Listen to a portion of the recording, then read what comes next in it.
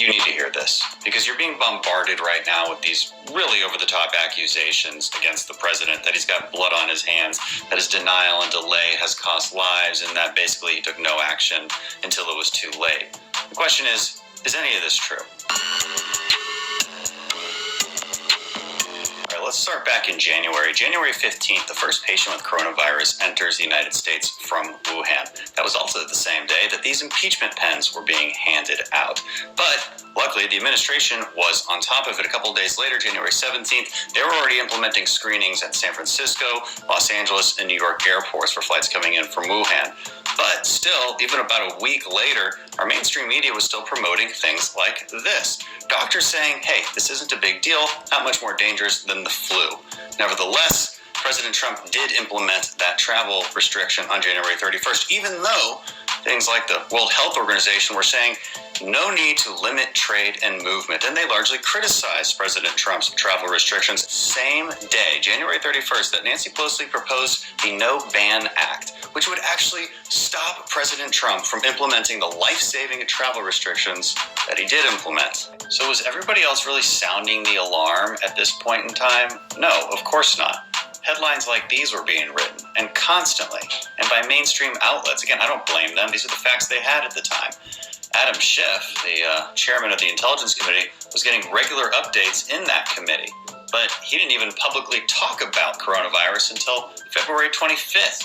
And let's not forget that President Trump did talk about the coronavirus in the State of the Union on February 4th. What happened to that State of the Union? That happened. So fast forward a couple of weeks when the president actually asked Congress for supplemental funding to combat the virus, $2.5 billion. What did Nancy Pelosi do? Instead of putting that money on the House floor to be voted on, she put a bill to ban flavored tobacco.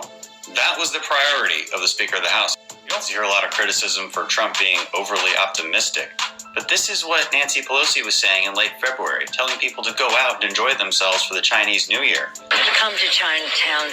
Here we are. Same with Bill de Blasio in New York City. I want to be clear, I'm not blaming them either. We all have the same set of facts. Even around the world, places like Italy and Spain and Iran, their cases didn't start to spike until early March. And even they didn't lock down.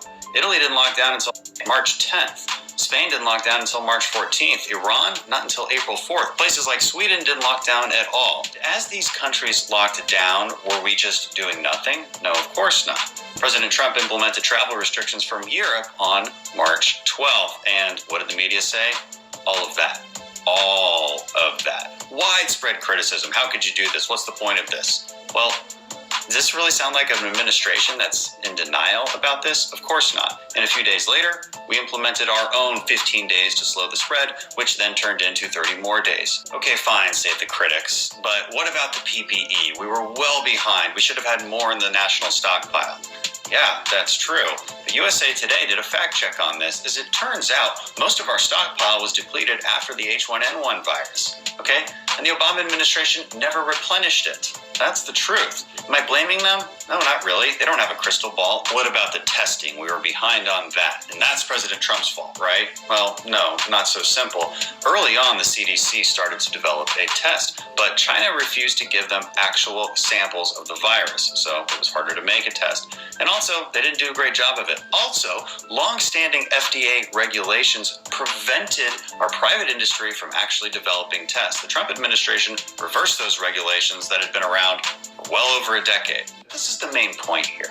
If we're going to look back in time and try to suggest that our government should have shut everything down back in February, well, where's the evidence for that? We're really going to shut things down when our cases hadn't really started to increase? When it barely started to increase in places like Italy or Iran? Of course not. They didn't shut things down until way later. You really think that we should have lost tens of millions more of jobs and livelihoods based on almost no evidence at the time? Is that really a reasonable expectation? Is that really a reasonable accusation? No, I don't think so. Listen, I don't want to blame Democrats for this at all. I don't think we should. I don't think there's a lot of people to blame for this, except for China, of course. It would be time for all of us to give each other a little bit of grace and understand that at the local, state, and federal level, everybody is doing their best to fight the pandemic.